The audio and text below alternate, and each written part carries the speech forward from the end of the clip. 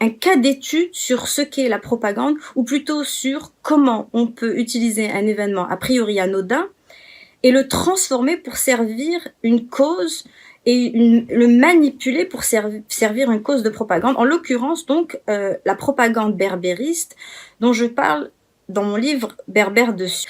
Les mots Amazirt circulent grandement dans les médias. On nous rappelle sans cesse que nous sommes tous des Amazirs, que notre histoire a complètement été tronquée depuis des siècles, qu'il faut revenir à nos traditions ancestrales, qu'on ignore véritablement puisqu'on est en train de réinventer au fur et à mesure l'histoire et nous imposer des figures historiques dont nous ignorons l'existence avant une dizaine d'années, notamment par exemple Chechonk ou Chechnak, qui est soudain revenu à la surface comme étant un héros algérien alors qu'il n'a jamais mis les pieds dans cette partie du monde. Des choses comme Tamazir pour nous rappeler que c'est la langue de nos ancêtres, c'est la langue qui fait partie de notre patrimoine linguistique. Alors, il faut rappeler qu'il n'y a aucun débat, il n'y a aucune démarche pédagogique pour nous rappeler, pour nous expliquer comment l'officialisation de Tamazirt va se faire, comment elle va nous impacter, quelle est l'origine des mots, comment l'utilité de cette langue, qui la parle, qui va l'enseigner, sur quel support littéraire va-t-on éduquer nos enfants avec cette langue, etc. Il n'y a absolument aucune place au débat.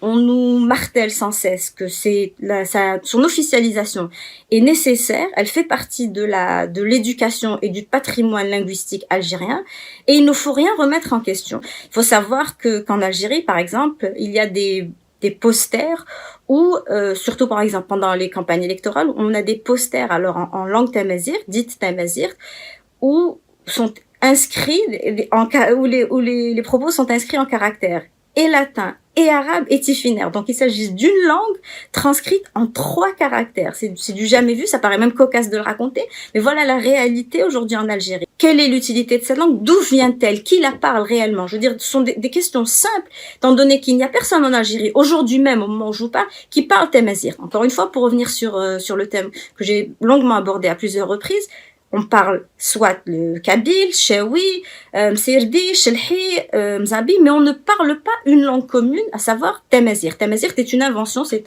une concoction qui est en train de se façonner encore au moment où je vous parle, dans un laboratoire. Et on a d'ailleurs la question n'a toujours pas été tranchée de quel alphabet utiliser. Donc on rafistole un peu, tantôt on opte pour le tifinagh parce que ça fait authentique, tantôt on opte pour les caractères latins parce que les berbéristes francophones ont tendance à favoriser tout ce qui est occidental au latin.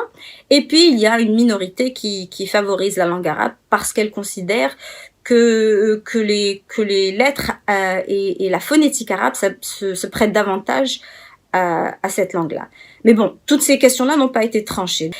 Et l'idée, il faut savoir, c'est que quand on opère dans ce milieu propagandiste, cette violence n'est pas spontanée, parce que les gens, en fait, ils voient quelque chose qui les met en rogne un peu, ils réagissent à chaud, et puis ils passent à autre chose.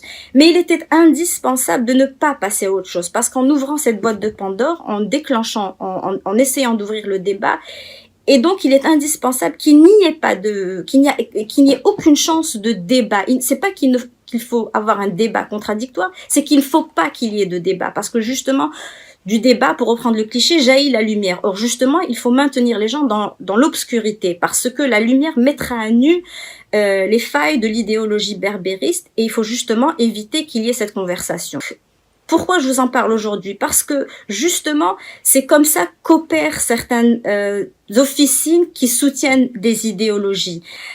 Voilà, c'était pour vous rappeler que justement, c'est très important d'avoir une conversation, de permettre que la conversation ait lieu, de ne pas aussi bêtement suivre des phénomènes de mode d'un côté ou de l'autre et de toujours chercher à comprendre ce qu'il y a derrière, parce que bien évidemment derrière un phénomène qui prend une ampleur exagérée, il y a toujours des questions sans réponse. Justement, au moment encore une fois où la propagande est si omniprésente sur nos écrans de télévision, sur les réseaux sociaux, pour vous inviter justement à vous poser les bonnes questions.